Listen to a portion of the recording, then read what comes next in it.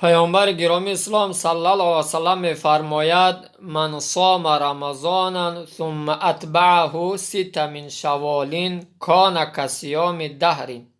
پیامبر گرامی اسلام صلی الله علیه و سلم می‌فرماید هر کسی که رمضان با پاکی روزه می‌دارد بعد از رمضان 6 روز از ماه شوال 6 روز از ماه شوال روزه می‌دارد کصیام دهر گفته خداوند متعال ثواب 1 ساله روزه را در نامه اعمالش نوشته میگرداند. به همین خاطر عزیزان دل امروز روزه ماه شریف رمضان به انجام رسید.